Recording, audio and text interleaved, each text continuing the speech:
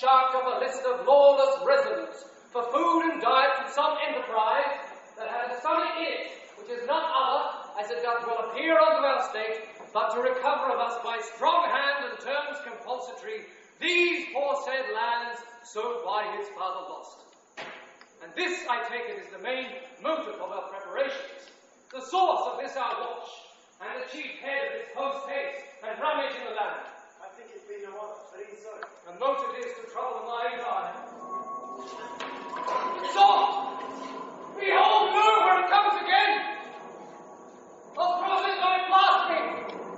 Stay, illusion! If thou hast any sound or use of voice, speak to me! If there be any good thing to be done that may to thee do ease and grace to me, speak to me! If thou art privy to thy country's fate, which happily foreknowing may a boy know, speak! Stay, speak of it! Stop it, master! Shall I fire it, my lord? Do if it will not stand! 'Tis here! 'Tis here!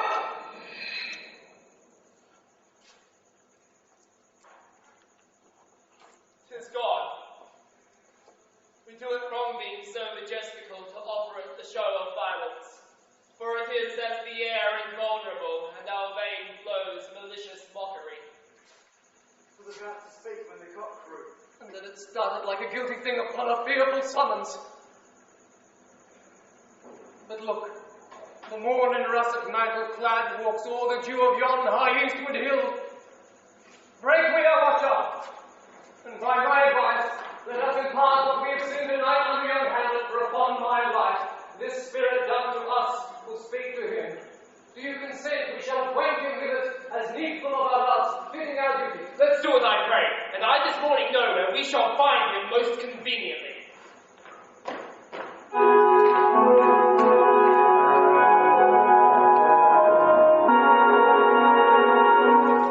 Though yet of Hamlet our dear brother's death, the memory be grieved, and that it us befitted to bear our hearts in grief, and our whole kingdom to be contracted in one proud world.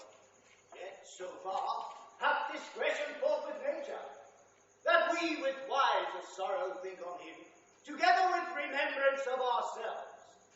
Therefore, our sometime sister, now our queen, the imperial jointress of its warlike state, have we, as 'twere with a defeated joy, with an auspicious and a dropping eye, with mirth in funeral and dirge in marriage, in equal scale weighing delight and dole, taken to wife.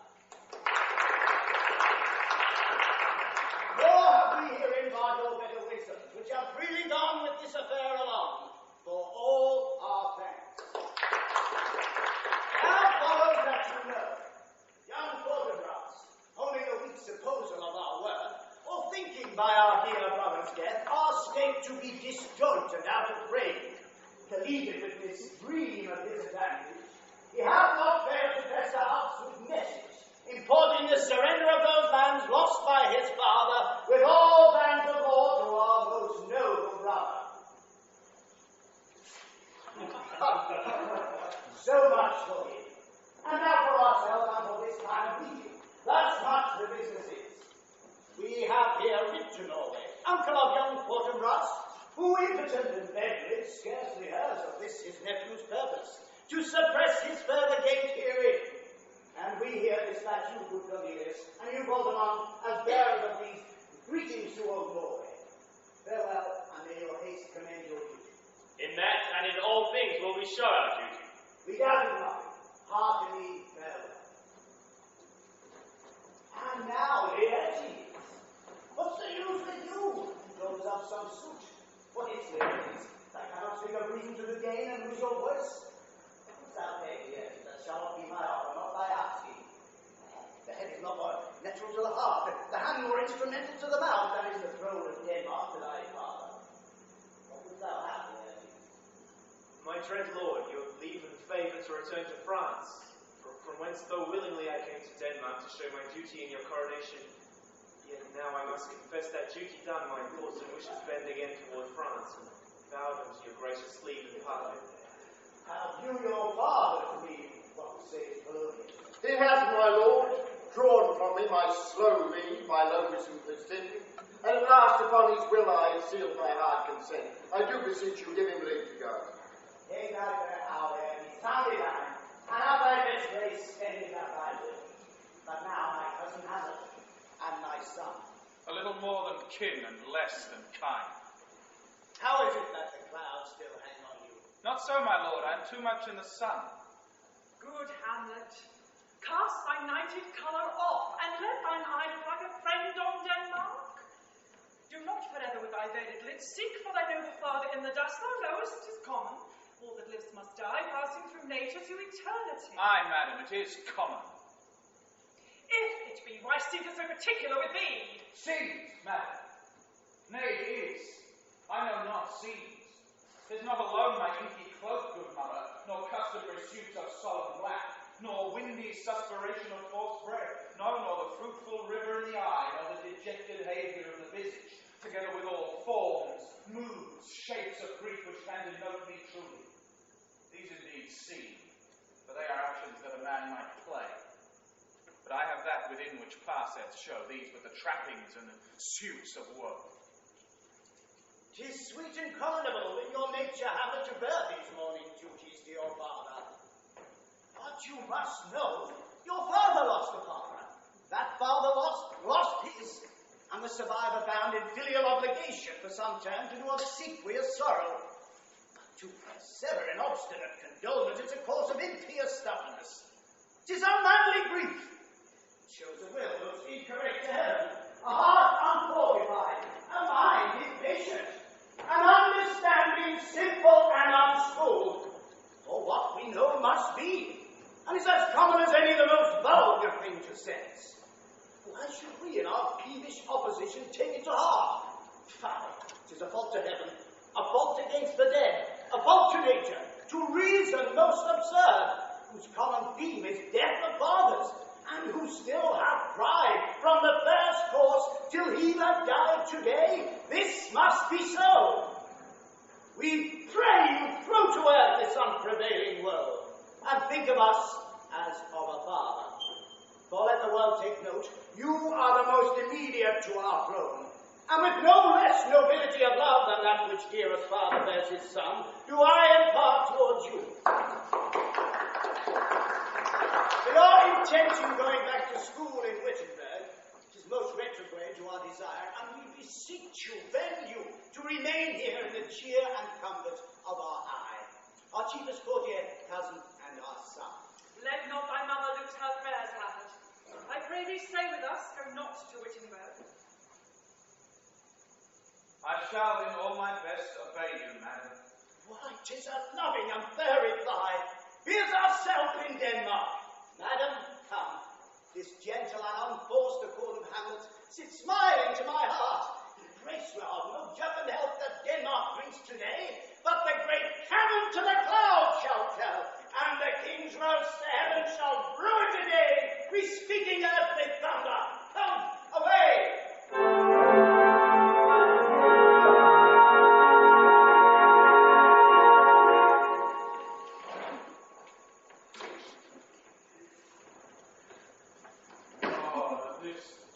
Too sullied flesh would melt, thaw, and resolve itself into a dew. Oh, that the everlasting had not fixed his cannon against self-slaughter. Oh, God, how weary, stale, flat, and unprofitable seem to me all the uses of this world. Fie! 'Tis an unweeded garden which grows to seed, things rank and gross in nature possessing me. That it should come to this. But 2 months dead, nay, not so much, not 2, so excellent a king that was to this Hyperion to a satyr, so loving to my mother that he might not beteem the winds of heaven and visit her face too roughly. Heaven and earth must I remember. She would hang upon him as if increase of appetite had grown by what it fed on, and yet within a month. Let me not think on frailty, thy name is woman! A little month or ere those shoes were old with which she followed my poor father's body, like Niobe, all tears, why she, even she, oh, God, a beast that once discourse of reason would have mourned longer. Married with my uncle, my father's brother, but no more like my father than I to Hercules. Within a month, Eliot, the salt of most unrighteous tears, had let the flushing in her galled eyes she married. Oh, most wicked speed, to post with such dexterity to incestuous sheets. It is not, nor it cannot come to good.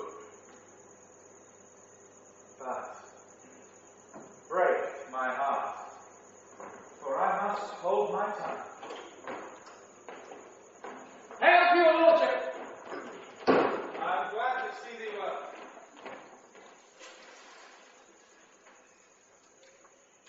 Horatio, or I do forget myself.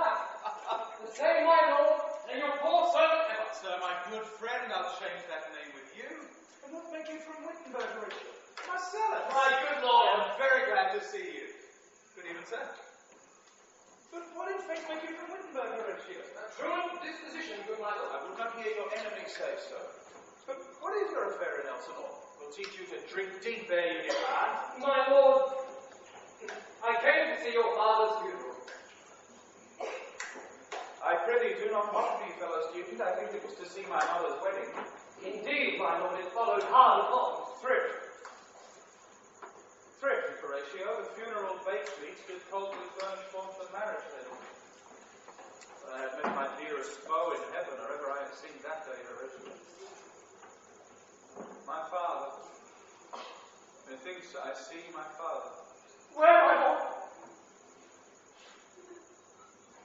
In my mind's eye, Horatio. I saw him once. He was a goodly king. He was a man, taken for all in all. I shall not look upon his like again. My lord, I think I saw him yesterday. Saw who? My lord, the king, your father.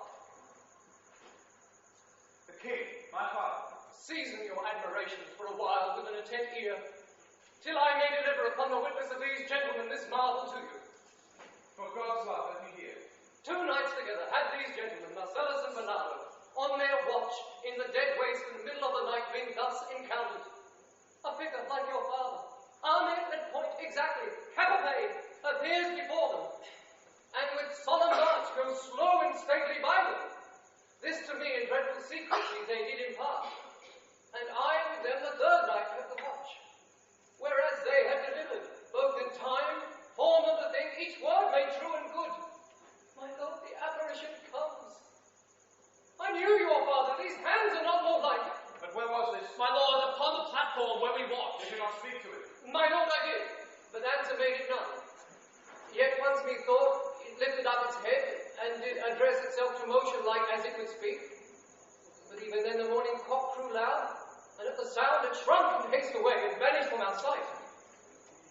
'Tis very strange. As I do live, my honoured lord, 'tis true. And we did think it writ down in our duty to let you know of it. Indeed. Indeed, sir. This troubles me. Hold you the watch tonight. We do, my lord. Armed you, sir. Armed, my lord. From top to top. My lord. From head to foot. Then saw you not his face. Oh yes, my lord, he bore his beaver up, What? Was he frowning? a countenance more in sorrow than in anger. Pale or red? Nay, very pale, And fixed his eyes upon you. most constantly. Would I have been there? It would have much amazed me. Very light. Very light. State Lawson. While one with a moderate pace might tell 100. Longer. Not when I saw it. His beard was grizzled. No? It was as I've seen it in his life. Sable silver. I will watch tonight. Perchance it will walk again. Warranted your If it assume my noble father's person, I'll speak to it, though hell itself should gape and bid me hold my peace. I pray you all, if you have hitherto concealed this sight, let it be tenable in your silence still, and whatsoever else shall have tonight, give it an understanding, but no tongue. I will requite your love, so fare you well. Upon the platform, twixt 11 and 12, I'll visit you. Our duty to your honour. Your love says mine to you, farewell.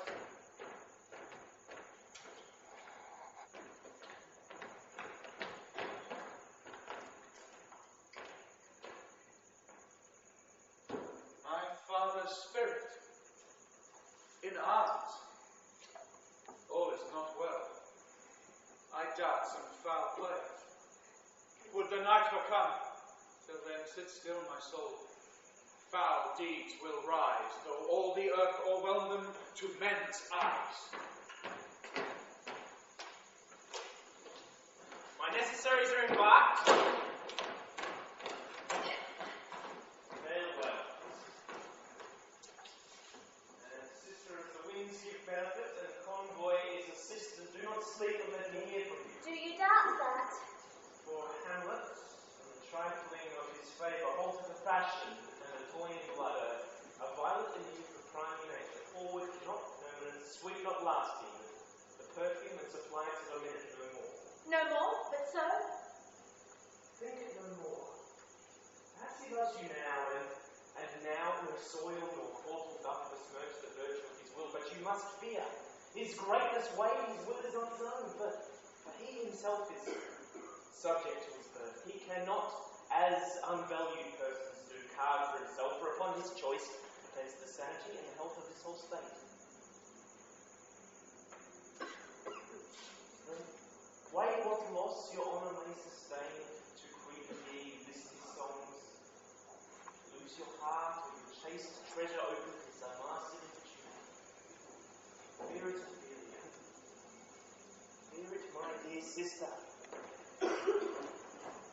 And be wary, if that Satan lies in fear. Youth to itself rebels, and no else near. I shall the effect of this good lesson keep as watchman to my heart. But, good my brother, do not, as some ungracious pastors do, show me the steep and thorny way to heaven, whilst like a puffed and reckless libertine, himself the primrose path of dalliance treads, and recks not his own reed. Oh, fear me not. Stay true. You might buy begun the double blessing, Agent Charles upon a second. Yet here, Laertes, aboard for shame. The wind sits in the shoulder of your sail, and you are stayed for. There, my blessing with thee. And these few precepts in thy memory look thou carry. Give thy thoughts no tongue, nor any unproportioned thought is act. Be thou familiar, but by no means vulgar. Those friends thou hast to their adoption tried, grapple into thy soul with hoops of steel. But do not dull thy tongue with entertainment of each new-hatched, unfledged courage. Beware of entrance to a quarrel, but being in, bear that the opposed may beware of thee. Give every man thine ear, but few thy voice. Take each man's censure, but do thy judgment. Costly thy habit as thy purse can buy, but not expecting fancy, rich, not gaudy. For the apparel oft proclaims the man. Neither a borrower nor a lender be, for loan oft loses both itself and friend, and borrowing dulls the edge of husbandry. This above all, to thine own self be true, and it must follow with the night of day, thou canst not then be false to any man. Farewell. My blessing season this evening. Most humbly do I take my leave, my lord. The time in which you go, your servants tend. Farewell, remember well what I have said to you. 'Tis in my memory locked, and you yourself shall keep the key of it. Farewell. What is it, Ophelia, he has said to you? So please you? Something touching the Lord Hamlet. Very well bethought. 'Tis told me he had very often late given private time to you, and you yourself have of your audience been most free and bounteous. If it be so, so 'tis put on me, and that by way of caution, I must tell you, you do not understand yourself so clearly as it becomes my daughter and your honour. What is between you? Give me up the truth.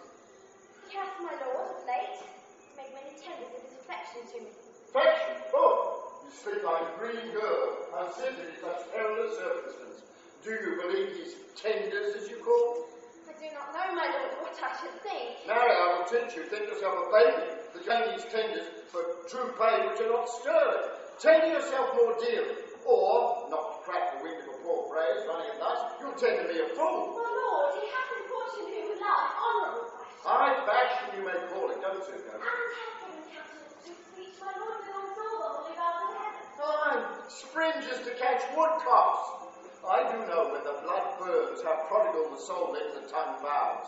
These blazes, daughter, giving more light than heat, extending both, even in their promises it is a making. You must not take the fire. From this time be something scanter of your maiden presence than a demand to pardon. I would not, in plain terms, from this time forth, have you so slander any moment's leisure as to give words or talk to the Lord Hamlet. Look to it, I charge you.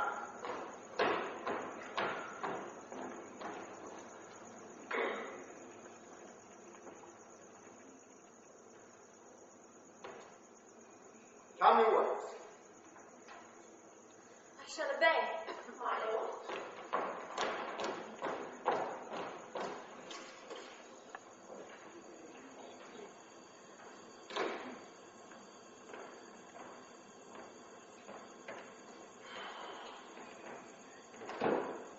The air bites shrewdly. It is very cold. It is a nipping and eager air. What hour now? I think it lacks a 12. It is struck.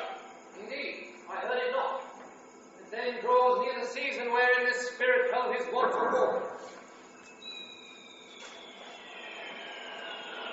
What does this mean, my lord? The king doth wake tonight and takes his rouse, keeps wassail and swaggering up spring wheels, and as he drains his draughts of Rhenish down, the kettle drum and the trumpet thus bray out the triumph of his pledge. Is it a custom? Aye, marry, it is. To my mind, though I am native here and to the man born, it is a custom more honoured in the breach than the observance. This heavy-headed rebel east and west makes us traduce in facts of other nations. They cleave us drunkards, and with swinish phrase soil our edition. And indeed it takes from our achievements, though performed at height, the pith and marrow of our actions. Look, my lord is come! Angels and ministers of grace, defend us. Be thou spirit of grace, O goblin damned. Bring with thee airs from heaven, or blasts from hell. Be thy intents wicked or terrible. Thou comest in such a questionable shape that I will speak to thee. I'll call thee Hamlet, king, father, royal dame, or answer me. Beckons you to go away, as if it's coming partner, if you desire to you alone. What courteous action of force you before remove it round? But you not go with it. No, by no means. Will not speak, then I will follow it. Do not, my lord. Why, what should you fear? I do not set my life at pin's feet, and for my soul, what can he do to that being a thing immortal as itself? Ways before forgetting. Go on, I'll follow him. What attempt toward the flood, my lord? What are the side of the cliff which beetles over his face into the sea, and there assumes some other horrible form, which might deprive your sovereignty of reason and draw you into madness? Think of it. And where do we stand? Go on, I'll follow thee. Shall not go, my lord. Hold up your hand! Behold, you shall not go! My faith cries out and makes each petty artery in this body as hardy as the leaving of lion's mirth. Down I fall! Unstand these gentlemen! By heaven, I'll make a ghost of him that makes me. I say, away. Go on. I'll follow you. Wax is desperate with imagining. Let's follow. 'Tis not fit thus to obey him. However, what issue will this have? Something is wrong in the state of Denmark. Heaven put her. Nay, let's follow him.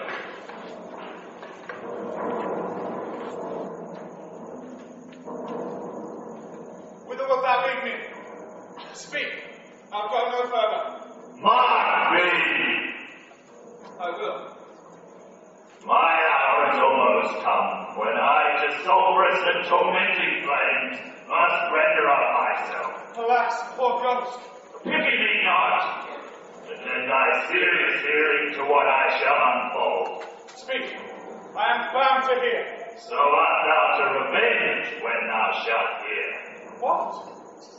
I am thy father's spirit, doomed for a certain turn toward the night, and for the day confined to fast in fires, till the foul crimes done in my days of nature are purged and purged away. But that I am forbid to tell the secrets of my prison house, I can a tale unfold whose lightest word would harrow up thy soul, freeze thy young blood, make thy two eyes As like stars start from their spheres, I'm nodded into pilot lost apart, and each particular hair to stand on end like quills upon a rainbow all the time. But this eternal blazon must not be to ears of flesh and blood. List, Hamlet. Oh, list. If thou didst ever my dear father love, revenge is foul and most unnatural. Murder! Murder! Murder most foul and ineffective is. But this, most foul, strange, and unnatural. Haste me to know it, that I with wings as swift as meditation of the thoughts of love may sweep to my revenge. Now, Hamlet here, 'tis given out that sleeping in mine orchard, a servant stunning, so that all fear of Denmark by a forged process of my death, rightly abused. But know thou, noble youth, the servant that did sting thy father's life, now wears his crown. Oh, my prophetic soul! My uncle! Aye, that incestuous, that adulterate face, with witchcraft in his wit, traitorous gifts. Oh, wicked gifts that have the power so to seduce. One shameful lust, the will of thy own ceasing virtuous greed. But soft, methinks I scent the morning air, breathe let me be.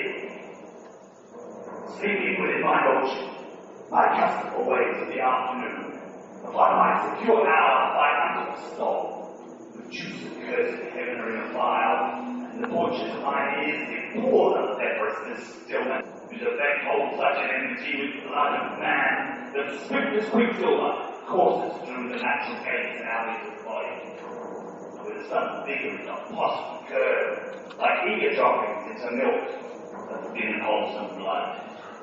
So did it mine.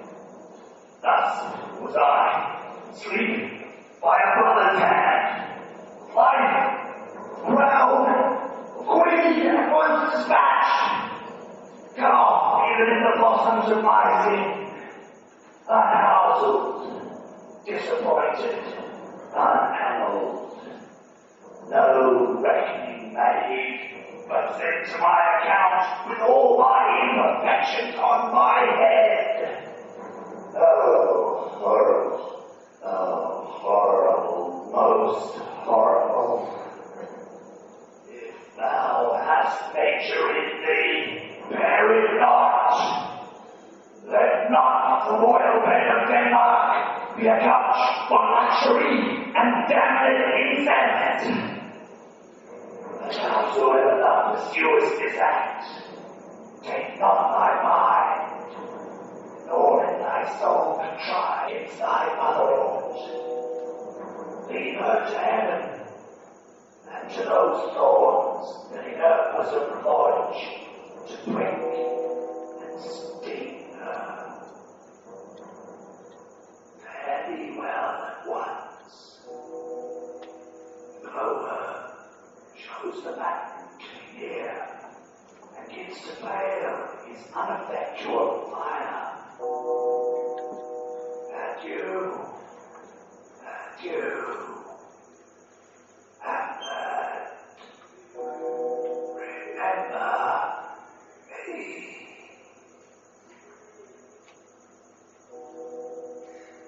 Oh, what is the host of heaven? Oh, earth, what else? And shall I couple hell? Oh, fire. Hold my heart, and you, my sinews, grow not instant old, but bear me stiffly up. Remember thee. Aye, thou poor ghost, whilst memory holds a seat in this distracted globe. Remember thee. Yea, from the table of my memory, I'll wipe away all trivial fund records, all stores of books, all forms, all precious parts that youth and observation copied there. And thy commandment all alone shall live within the book and volume of my brain. and mixed with baser matter. Yes, by heaven! Oh, most pernicious woman. Oh, villain! Villain! Smiling, damned villain! My Lord Hamlet! Heaven secure him! So be it. Hello, my Lord! Hello, boy. Come, bird, come. Hamlet, my noble Lord! Wonderful. What news, my Lord? Wonderful. Could my Lord tell it? No, you will reveal it. Not I, my Lord, by heaven. How say you then, what heart of man wants thinking, but you be secret? Why, by heaven, my Lord! There's never a villain dwelling in all Denmark, but he's an arrant knave. There needs no ghost, my Lord, come from the grave to tell us this. Why, right, you are in the right. So, without more circumstance, Lord, I hold it fit that we shake hands and part. You, as your business and desire shall point you, for every man hath business and desire, such as it is, and for my own poor part, I will go pray.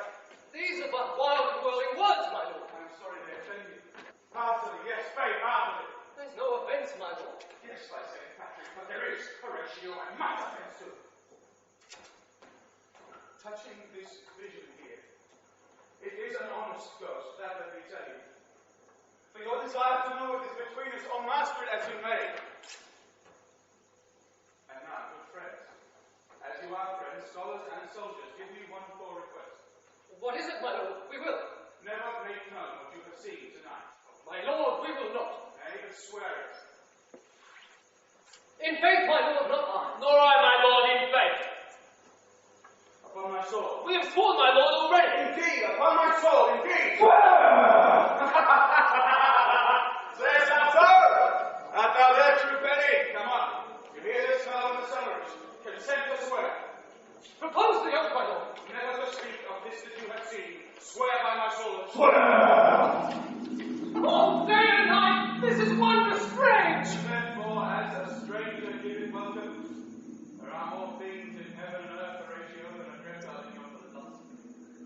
Come, here, as before, never so they'll give mercy, how strange or odd soever I bear myself, as I perchance hereafter shall think meet to put an antic disposition, that you at such time seeing me never shall, with arms encumbered thus, or with this head shake, or by pronouncing of some doubtful phrase, as well, we know, or we could if we would, or if we list to speak, or their being if they might, or such ambiguous giving out, to note that you know aught of me.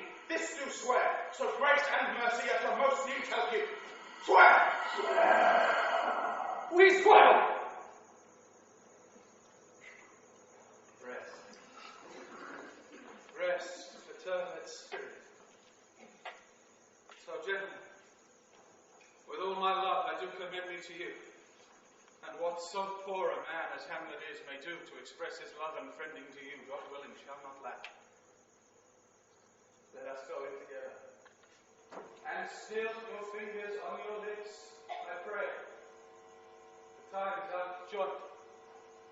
Oh, curse that spite that ever I was born to set it right. Now come, let's go together.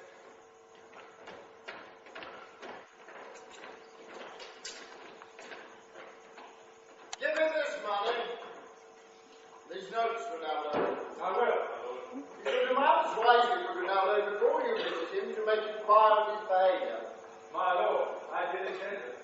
Very well said, very well said. Look, sir, inquire me first what dames there are in Paris, and how and who, what means and where they keep, what company, at what expense. And finding by this encompassment that drift of question that they do know my son, come you more nearer than your particular demands will touch it. Take you as were some distant knowledge of him, as I know his father and his friends, and in part him. You mind this, Ronaldo? Ah, very well, my lord. And in part him. But you may say not well, but if it be he I mean, is very wild, addicted to so-and-so, and there put on him what forgeries you please. Or marry none so reckless may dishonour him, take heed of that. But, sir, such wanton, wild, and usual slips as are the companions noted and most known to youth and liberty. And gaming, my lord. Ah, or drinking, fencing, swearing, quarrelling, grabbing, you may go so far. My lord, that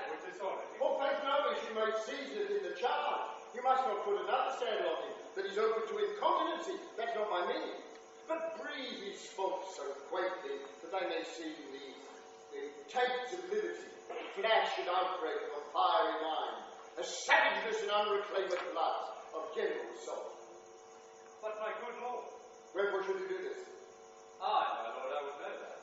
Answer, here's my written, and I believe it is a bench of warrant. You, sir, lay these slight sullies on my son, as were a thing a little soiled in the working, mark you.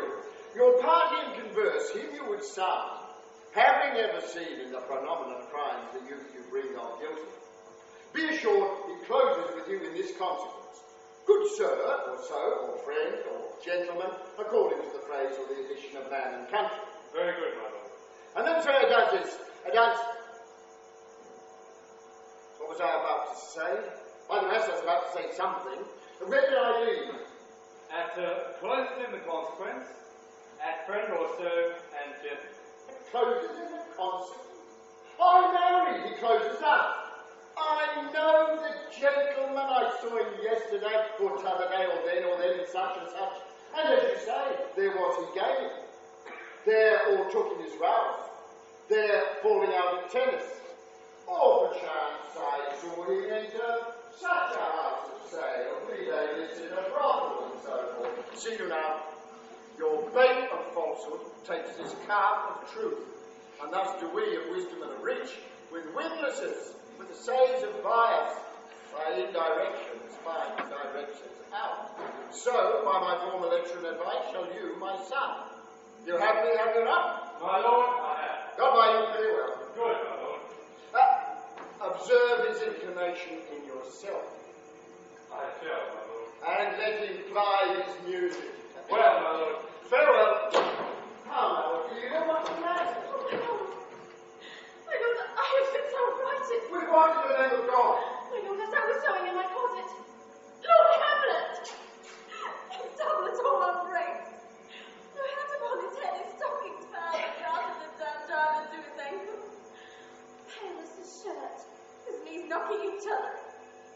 With a look so piteous in purport, as if he'd been loosened out of hell to speak of horrors. He comes before me. Man, will I lie? My lord, I do not know. But surely I do fear it. What said he? He took me by the wrist and held me hard. And goes he to the length of all his arm. And with his other hand thus bore his brow and forced such perusal of my face as he would draw it. Long stayed he so. At last, a little shaking of mine arm, and thrice his head thus waving up and down, he raised a sigh, so piteous and profound, as it seemed to shatter all his vulcan-headed being. That done, he lets me go, and with his head over his shoulder turned, he seemed to find his way without his eyes. For out of doors he went without their help, and to the last bended their locks on me. Come, go with me. I will go seek the king. This is the very ecstasy of love, whose violent property foredoes itself, and leaves the will to desperate undertaking, as oft as any passion under heaven that does afflict our nations. I am sorry. What, have you given him any hard words of late? Oh, my good lord, but as you did command, I did repel his letters and denied his access to me. That has made him mad.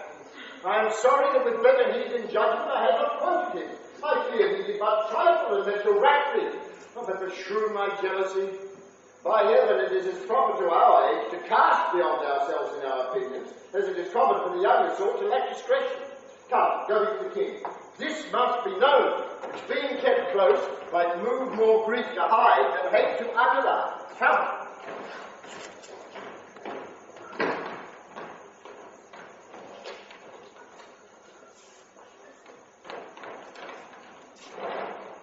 Welcome, dear Rosencrantz and Gilbert. Moreover, that we much long to see you, that we may have to use you in Gavolovich descending.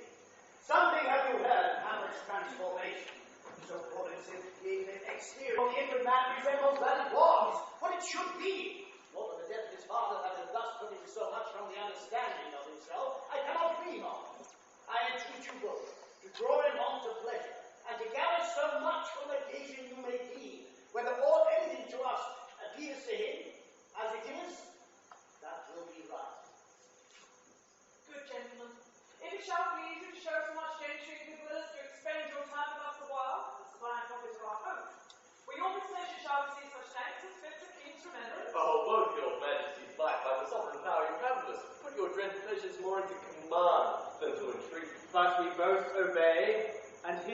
ourselves in the full bench to lay ourselves free at your feet to be commanded.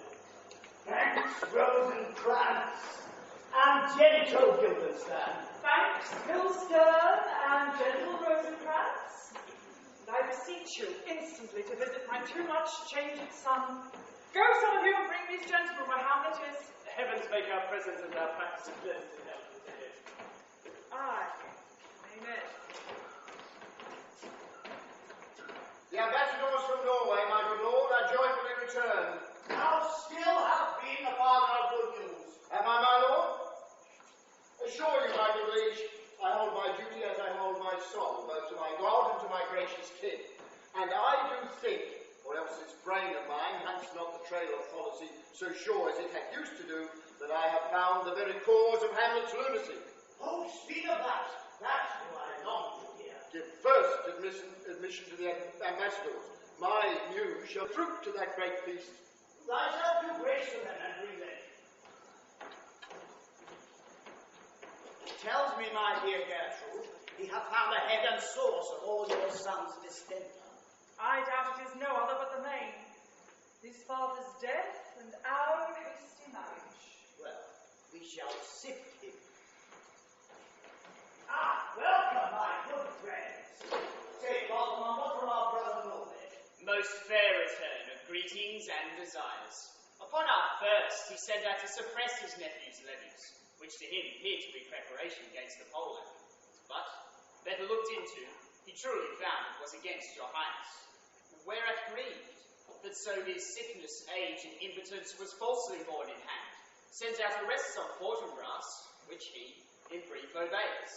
Receives rebuke from Norway, and to end makes vow before his uncle never more to give the assay of arms against your majesty. Whereon old Norway, overcome with joy, gives him 3,000 crowns in annual fee, and his commission for those soldiers so levied as before against Napoleon, with an entreaty, herein further shown, that it might please you to give quiet pass through your dominions for this enterprise, on such regards of safety and allowance as therein are set down. It likes us well. And at our more convenient time, we'll read, answer, and think upon this business. Meantime, we thank you for your well-took labour.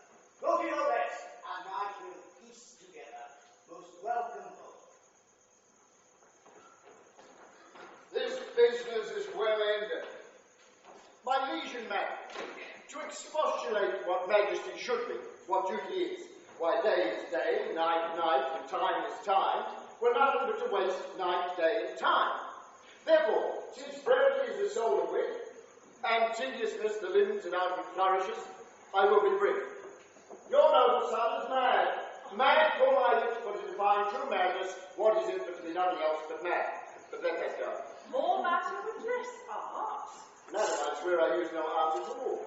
That he is mad, 'tis true. 'Tis true, 'tis pity, and pity 'tis true. A foolish figure, but farewell it, for I would use no art.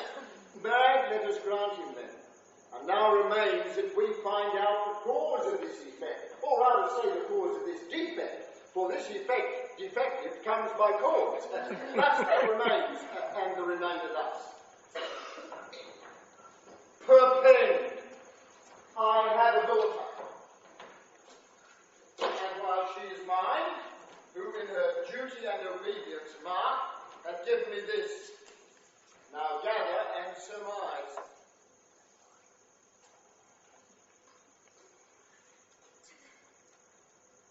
To the celestial, and my soul's idol, the beautified Ophelia. That's a your phrase, a vile phrase. Beautified is a vile phrase. But you shall hear. Thus, in her excellent white bosom, these, etc. Came this from Hamlet to her? Oh, good madam, stay a while, I will be faithful. Doubt thou the stars of fire, doubt that the sun doth move. Doubt truth to be a liar, but never doubt I love. Oh, dear Ophelia, I am ill at these numbers. I have not art to better my groans. But that I love thee best, O most best, believe it. Adieu. Thine evermore, most dear lady, while this machine is to him, Hamlet. This in obedience hath my daughter shown me, and for above hath his solicitings, as they fell out by time, by means of place, all given to mine ear. But how hath she received his love? What do you think of me? plan played for long. I would fain prove so. What might you think when I had seen this hot love on the wing? As I perceived it, I must tell you that before my daughter told me. What might you, or my dear Majesty, or Queen here think, if I had played the desk or table board, or given my heart a winking, mute and dumb, or looked upon this love with idle sight? What might you think? No, I went round to work, and my young mistress thus I did bespeak. Lord Hamlet is a prince, out of thy sphere, this must not be. And then I precepts gave her that she should lock herself from his resort, admit no messengers, receive no tokens, which done, she took the fruits of my advice.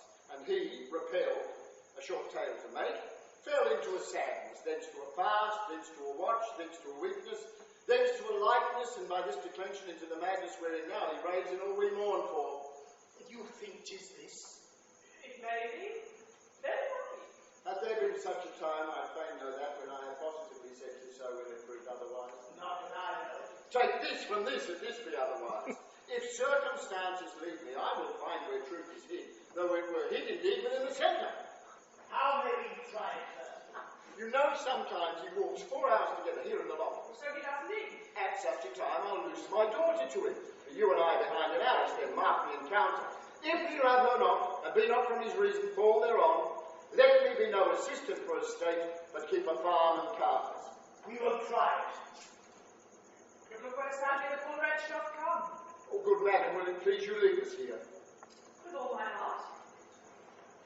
And for your part, Ophelia, I do wish that your good duties be the happy cause of Hamlet's fathers.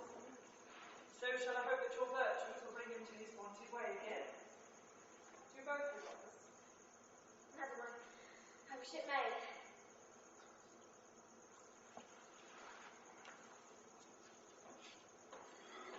Ophelia, walk you here. Gracious, so please you, we will bestow ourselves.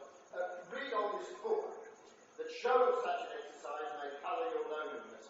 We are oft to blame in this. 'Tis too much proved that with devotion's visage and with violent action we do sugar or the devil himself. 'Tis too true. How smart a lash that speech doth in my conscience. The harlot's chief duty with clasping art is not more ugly to the thing that helps it than is my deed to my most painted word. Oh, a heavy burden. I hear him coming. Let us withdraw, my lord.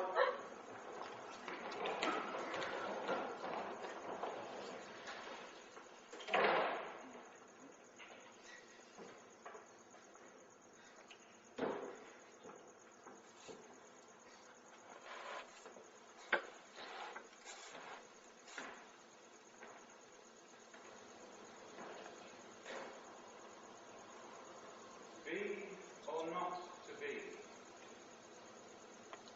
That is the question. Whether 'tis nobler in the mind to suffer the slings and arrows of outrageous fortune, or to take arms against a sea of troubles and by opposing end, to die, to sleep, no more, and by a sleep to say we end the heartache and the 1,000 natural shocks that flesh is heir to. 'Tis a consummation devoutly to be wished. To die, to sleep.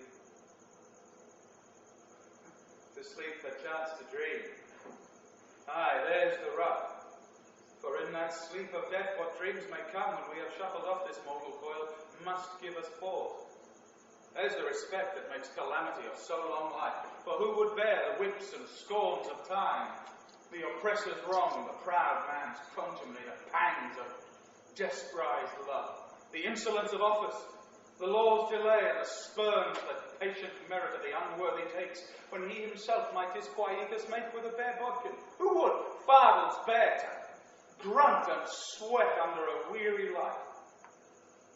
But that the dread of something after death, that undiscovered country from whose bourne no traveller returns, puzzles the will, and makes us rather bear those ills we have, than fly to others we know not of. Thus conscience does make cowards of us all, and thus the native hue of resolution is sicklied o'er with the pale cast of thought, and enterprises of great pith and moment with disregard their currents turn awry, and blues than many my batch.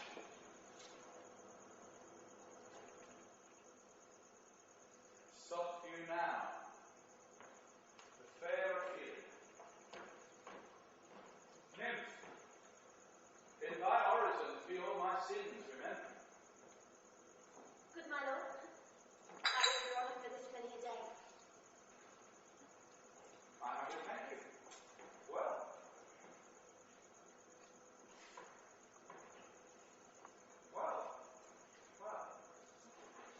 My lord, I have remembrances of yours that I have long to redeliver. I pray you now receive them. No, not I. I never gave you aught. My honoured lord, you know right well you did. And with them words of so sweet, breath composed as made things more rich. Their perfume lost. Take these again, or to the noble mind which gives wax poor, when givers prove unkind. There, my lord.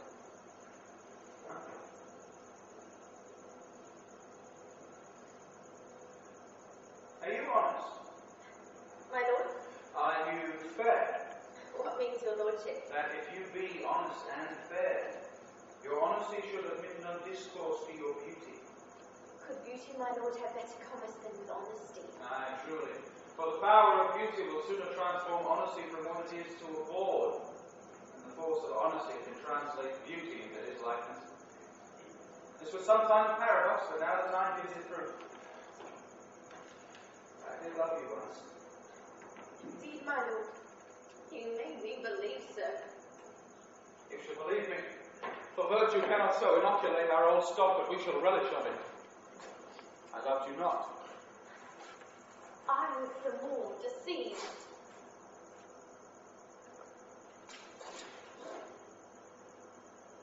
Get thee to a nunnery. Why, wouldst thou be a breeder of sinners?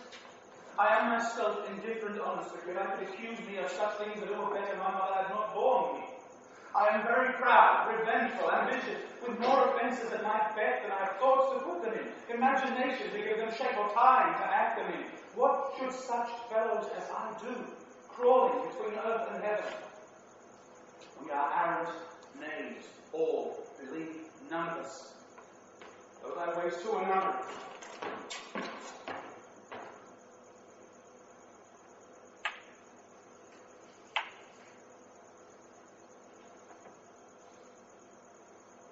Where's your father?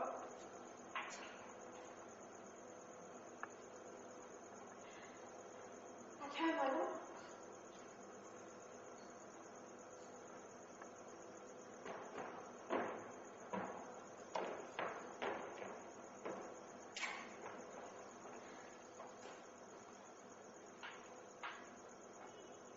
Let the dog be shut upon him, that he may play the fool no longer in his own house. Farewell. Understand, sir, but the satirical rose says here that old men have grey beards, that their faces are wrinkled, their eyes purging thick amber and plum tree gum, and that they have a plentiful amount of wit, together with most weak hands. All which, sir, though I most powerfully and potently believe, yet I hold it not honesty to have it thus set down. For your sir shall grow old as I am. If like a crab you could go backwards. Though this be madness, yet there's method in it. Will you walk out of the air, my lord? Into my grave. Indeed, that is out of the air. Pregnant sometimes is implied are. My lord, I'll take my leave of you. You cannot, sir, take from me anything that I will not more willingly part with. For your mind. Oh, God.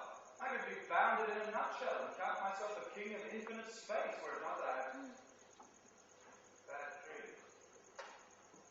But in the beaten way of friendship, what make you, Nelson? To visit you, my lord, no other occasion. Beggar that I am even poor in thanks, but I thank you. Were you not sent for? Is it your own inclining? Is it a free visitation? Come.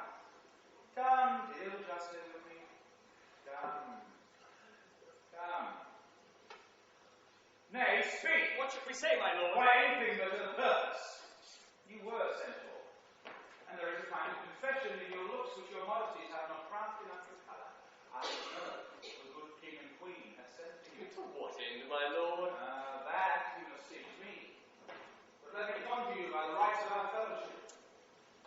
consonance yet I use, by the obligation of our ever-preserved love, or by what more dear, better proposer can charge you withal, be even and direct with me whether you were sent for or no. What say you? And then I have an eye of you. If you love me, hold not off. My lord, We were sent for. I will tell you why. So shall my anticipation. So the painted tyrant goes through them like a neutral trooper, and matter did nothing.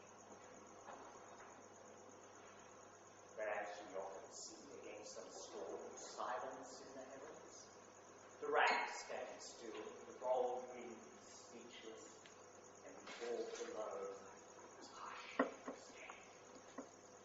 And on the dreadful thunder that rends the region, so after fierce falls aroused at vengeance sets anew a work, and never did the Cyclops' hammers fall on Mars' armour forged for proof return, with less remorse than Pyrrhus' bleeding sword now falls on Priam! This is too long. Extol to the barbers with your beard. Prithee, stay on. He's for a jig or a tale of bawdry or his sleeves. Stay on. Come to Hecuba. But who our world had seen the Moblin Queen? Moblin Queen? Yes, good, very good. Moblin Queen is good. Run barefoot up and down, threatening the flames with bis and rune. A cloud upon that head where like a diadem stood, and for a robe about her lank and all her teemed loins, a blanket in the alarm of fear caught her. Brutus had seen his tongue in venom steeped, against fortune's deadwood treason had pronounced. The gods themselves had seen to them, and she saw Pyrrhus with malicious sport in mincing with his sword her husband's limbs. The instant burst of clamour that she made, and things mortal moved them not at all, would have approached the burning eyes of heaven, passion in the gods. See if he hath not changed his colour, and had tears in his eyes. Prithee no more.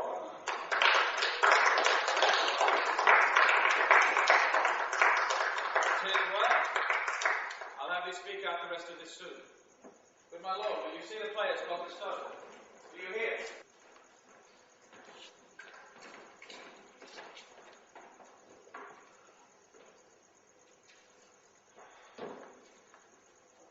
Now I am alone.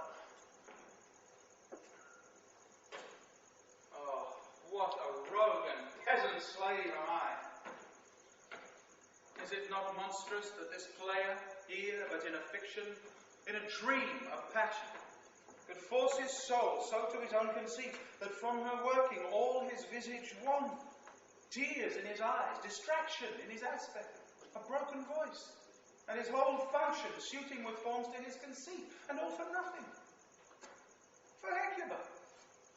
What's Hecuba to him, or he to her, that he should weep for her? What would he do had even a motive with acute of passion and eye? He would run the stage with tears, and cleave the general ear with horrid speech, make mad the guilty and appall the free, confound the ignorant, and amaze, indeed, the very faculties of eyes and ears. Yet I, a dull and muddy metal brass, will peep like John of Dreams, unpregnant of my cause, and can say nothing. No, not for a king upon whose property and most dear life. Damned if thief was made. Am I a coward? Who calls me villain? Breaks my plate across, plucks off my beard and blows it in my face, tweaks me by the nose, gives me the lie in the throat as deep as to the lungs. Who does me this? Ah! Swoons I should take it, for it cannot be that I am pigeon liver and lack gall to make a present bitter. Or ere this I should have fattened all the region kites with this slave's offal. Bloody, bawdy. And you by no bit of confidence get from him why he puts on this confusion, grating so harshly all his days of quiet, with turbulent and dangerous lunacy. He does confess he feels himself distracted, but from what cause will by no means speak. Nor do we find him forward to be sounded, but with a crafty man, this keeps aloof when we should bring him onto some confession of his true state. Did he receive you well? Oh, most like a gentleman. Oh, but with much sporting of his disposition. He needed a question, but the man was free in his reply. Did you essay him to any pastime? Madam, it's over that and play if you were all on the way. But these we told him, and there did seem in him a kind of joy to hear of it. And they'll hear about the court, and as I think have already decided play before you. 'Tis most true, and he beseeched me to entreat your majesties to see and hear the matter. With all my heart.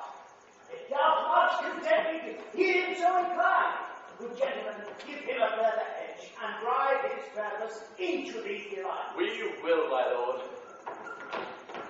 Sweet girl, we must prove. I shall obey you.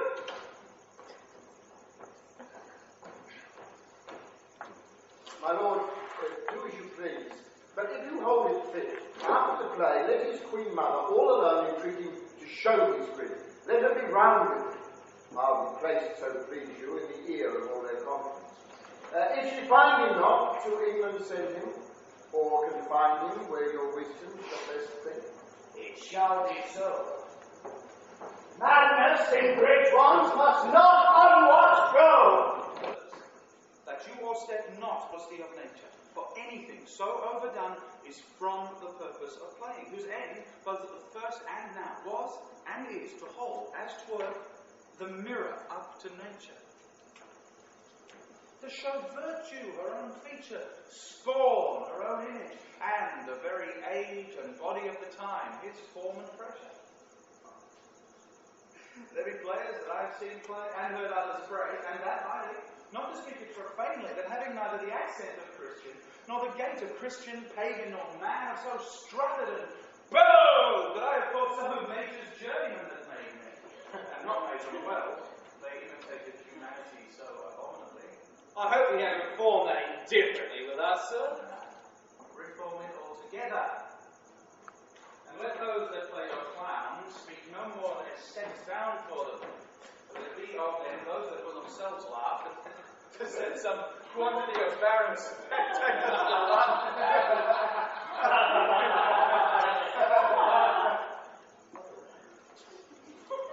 Though we don't think the plays make haste. We need to help to hasten them. Aye, my lord.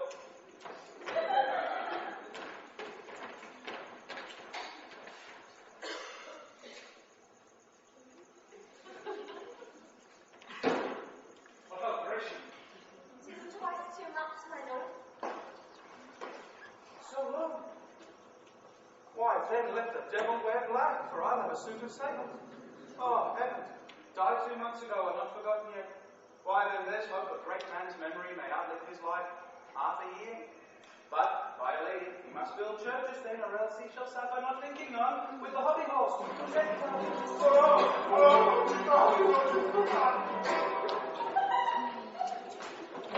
My husband shall Hold my ground for rest.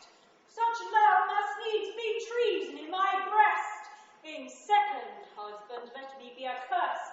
None wed the second, but who killed the first. That's wormwood. The instances that second marriage move are base respects of thrift, but none of love. A second time I kill my husband dead, when second husband kisses me in bed.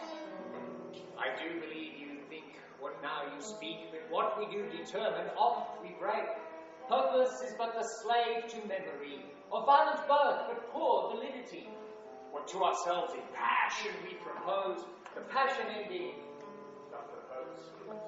But only to end where I begun, our wills and fates do so contrary run, that our devices still are overthrown.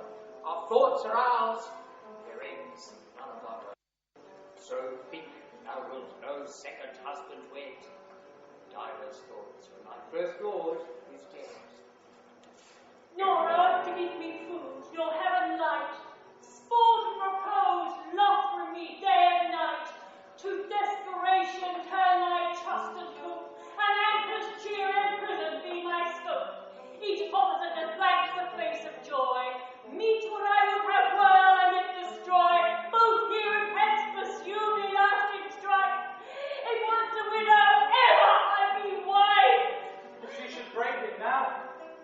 'tis deeply sworn.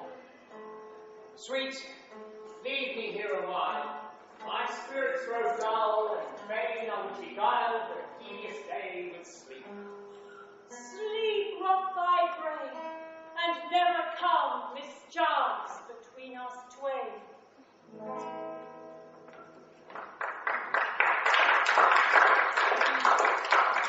Madam, how like you this play?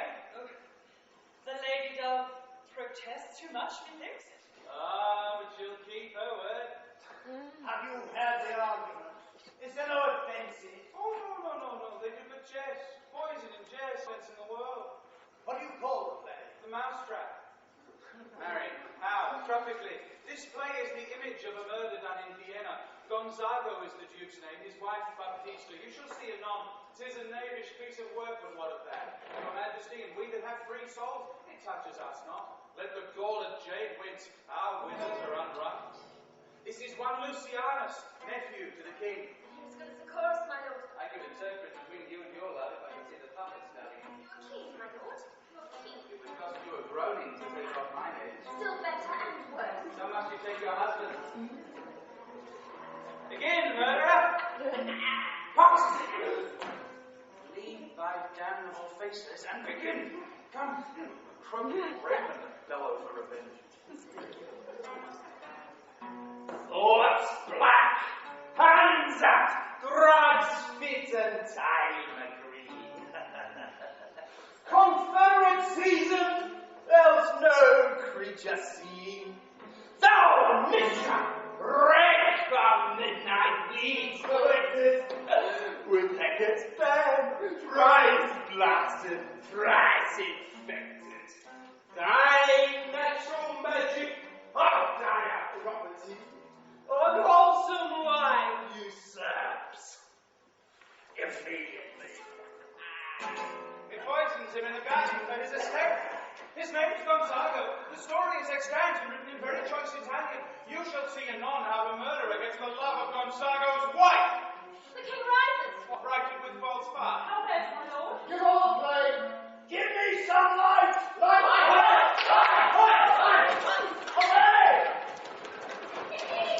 Why let the stricken Diego reap the heart of full and play? For some must work while some must sleep. That's right, go all away!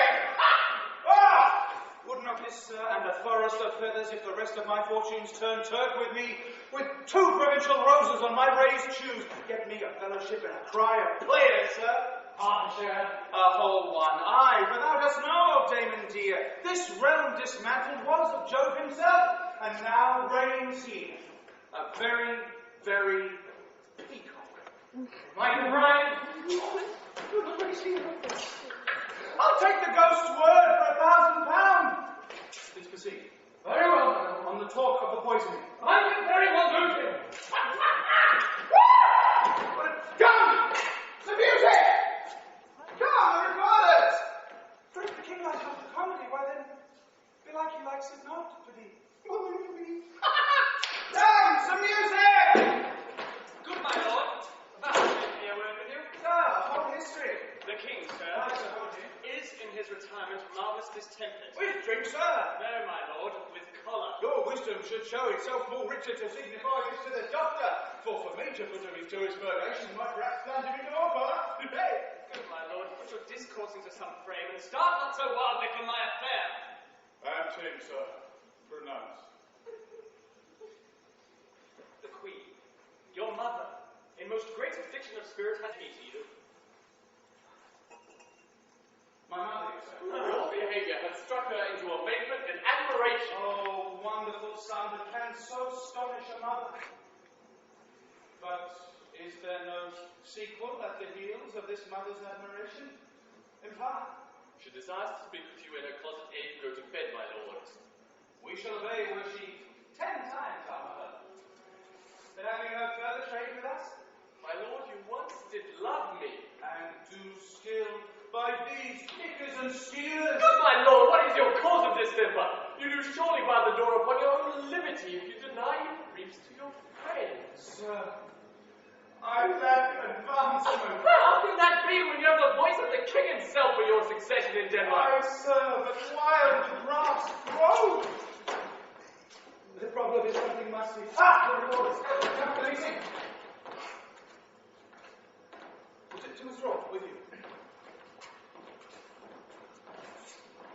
Why do you go about to cover the wind of me as if you would drive me into a toil? Oh, my lord, if my duty be too bold, my love is to unmanner it.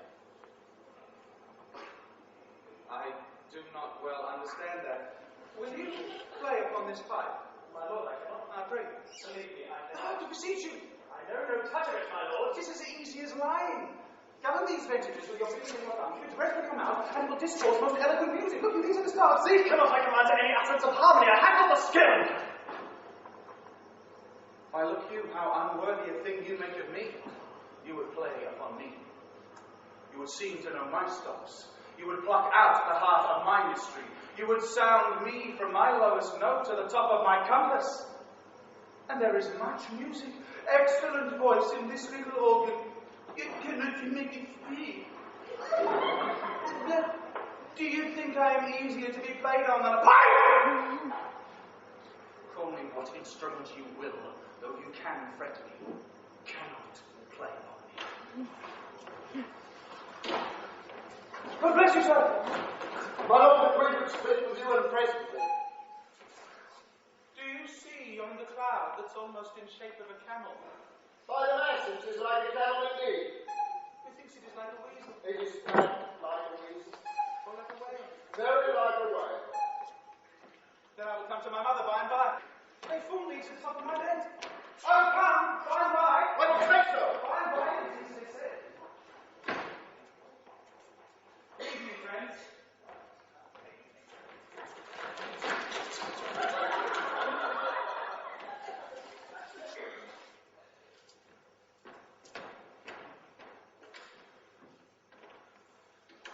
Now the very witching time of night, when churchyards yawn and hell itself breathes out contagion to this world.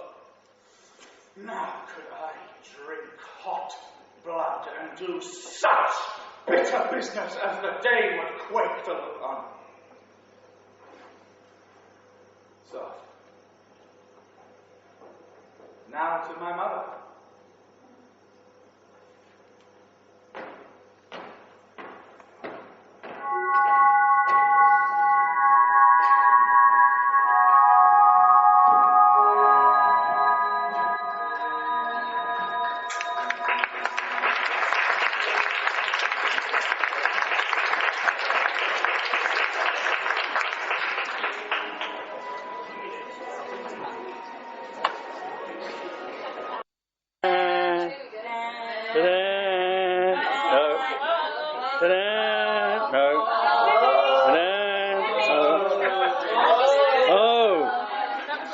False start, everyone. We're still.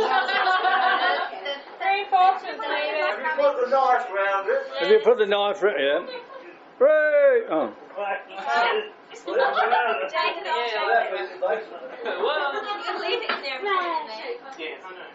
We could. Did you use glue instead? Yay! And here we are. Pretty good. Yeah, that's pretty good. Jolly good. Pretty good. Very good. This one you can eat the whole way around. Not just the sides. Okay.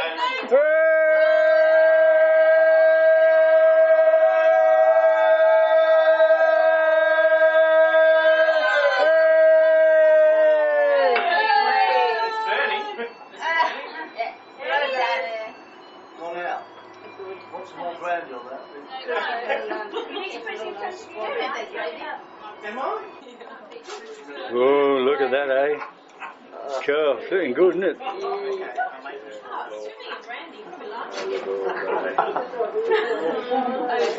What? Perhaps it needs reigniting. It does. You got any more matches left? It probably needs reigniting, Richard. What? Probably needs reigniting. No, it'll burn the pudding. If you put too much on it, dear, it burns. They're quite complicated. That polyrama one Polly Farmer. That's Polly Farmer, yeah. Hey, ho, hey, Charmer, hey. It's supposed to be a Zulu war thing. Yeah, that's right. So the Scoutmaster said. And everybody else went around the campfire. Yeah, you had to sort of stand yours. Stay on the ground. Yeah. Sorry. What was that one you sang the other night? What was that one? King Gangooly. Yeah, King Gangooly. King Gangooly, gooly, gooly, gooly, watch ya. King Gangoo, King Gangoo. King Gangooly, gooly, gooly, gooly, watch ya. King Gangoo, King Gangoo. Hey la, oh hey la, Shayla. Oh hey la, Shayla, Shayla. Hey la, oh hey la, Shayla. Oh hey la, Shayla, Shayla. Oh Shelley, Willy, Shelley, Willy, Shelley, Willy, Shelley, Willy, Good stuff. Ho, ho, ho! Merry Christmas!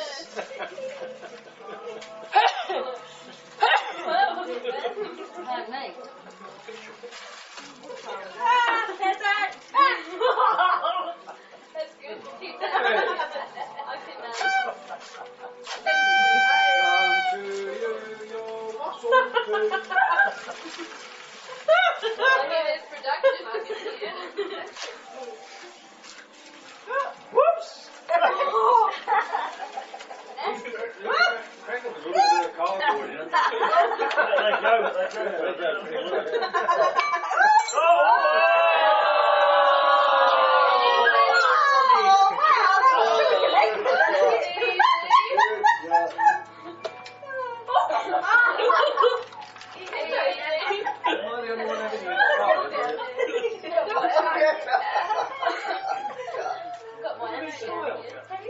What about I'm more concerned about my brandy.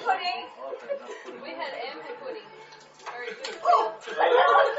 Cool down a bit, you know. I noticed that. Hey. One night in Florida. Oh yeah, what's about taking? You want a couple of extra cubes there? Hey. The advantage of these is there are no lids to take. So you can pour it straight in. That's right.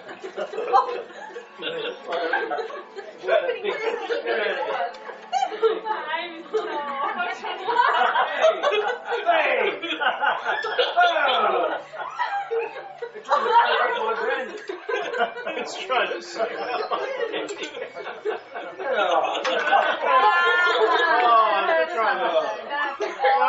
Soak up your brandy.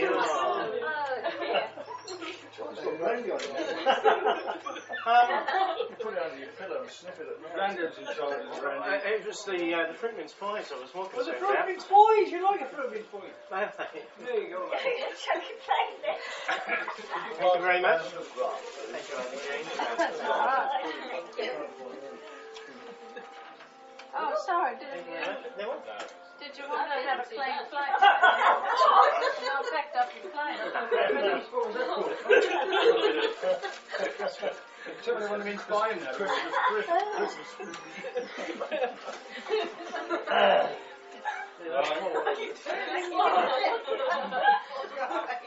Even put safety glasses on.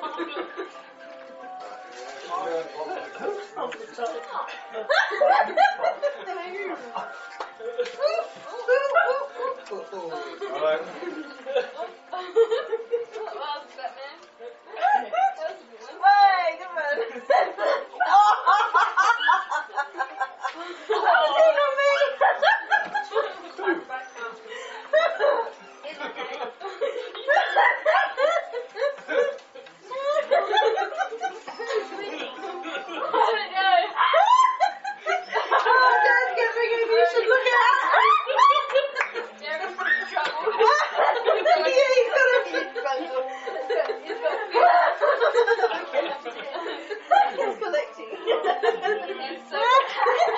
Just stalking my victim.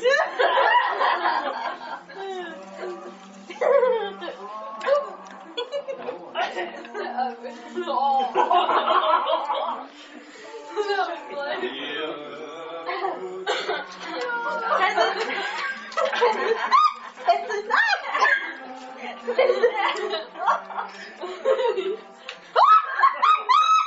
was close. Yeah, between the eyes, isn't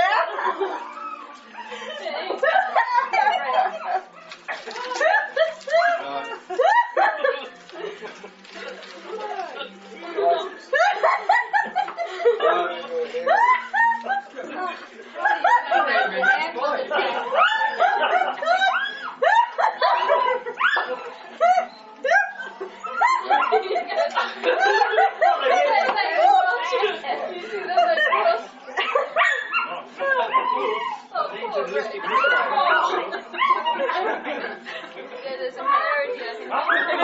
Oh, gee. I think cooks are a bit much there. Jeez. How?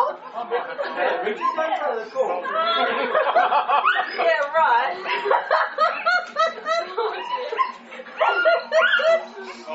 Cold Jeez, custard. ow. That's right, doggy. Cold custard. Doggy. Cold custard. Thank you. Right. Okay, more custard. I think it's time for some more serious singing. What? It nearly bounced in. Yeah, speech. Speech. Oh. Collin. Crying in a minute. I'm right at the end of it, I think. I've got a lot of this stuff in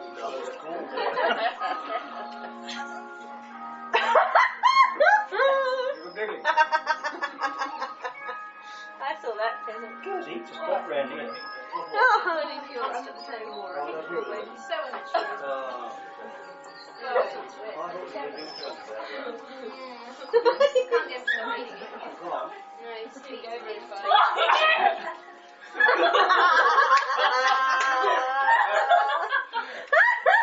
Hannah, you do a puff pastry with your pies. Just a short crust. Because mine then had little layers in it, like it was a puff or a flaky pastry. It's lovely. Maybe it was the effect of the brandy. That's 10 points missing.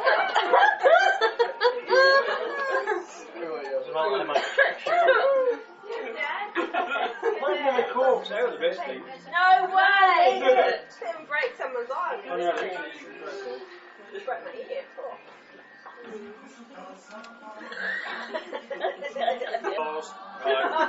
Thank you. We got This old green zone. Yeah. I'm sort of the first here, you see, so I'm commencing these proceedings, for which I shall require a right of reply from the senior member of our department and gathering, and etc. And whoever else would like to say something, because it's good to share things, isn't it? No, yeah. Christmas time. Christmas, and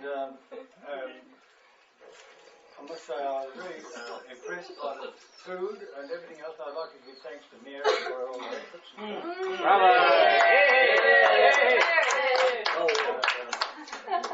Oh, she's a jolly good fellow, but she's a jolly good fellow, but she's a jolly good fellow, and so say all of us, so say all of us, well, she's a jolly good fellow, but she's a jolly good fellow, but she's a jolly good fellow, and so say all of us, she's a jolly good fellow. Merry Christmas.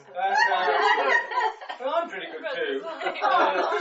Because I fought the brandy, you know. But anyway, what was I saying? Yeah, well, thank you very much for coming. And all that. And Merry Christmas and that. Ho, ho, ho. Merry Christmas. And it's great to have everybody together. Isn't it good? Yes. To Christmas and to the family. Yes. Christmas and family. Amen.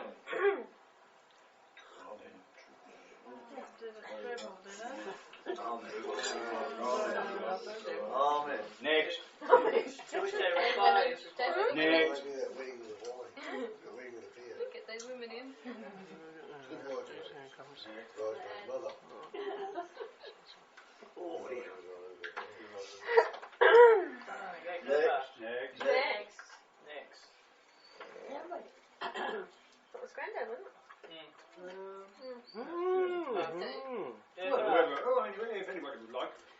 Yeah, that's a good idea. Yeah. Anyone can. We appreciate any sort of response, really. Hey! Thank you very much.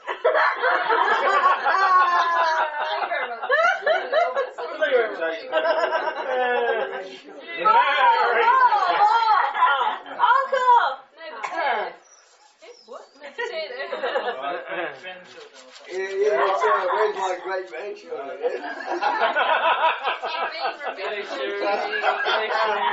Go Shirley, go Shirley. You promised us that last year. That's right. Yeah. We're waiting. Way back in St. Michael's Church a few weeks ago, there was a lesson from the book of something or other, one of the Crisafulli or something, and there's a whole lot of stuff about folk who begat. And I'm all for this begatting stuff. The only point is that there's not enough of it going on at the present time. I hope the message. But here's nothing.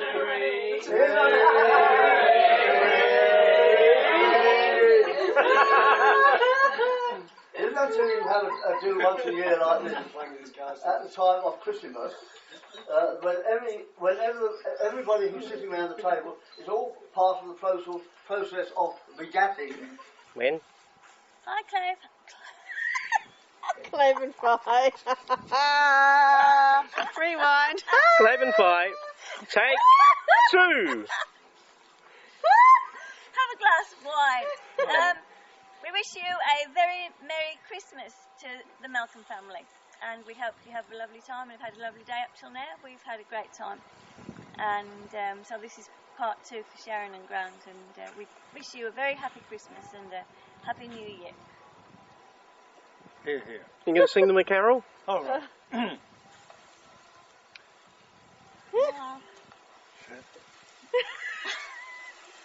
Good King Wenceslas looked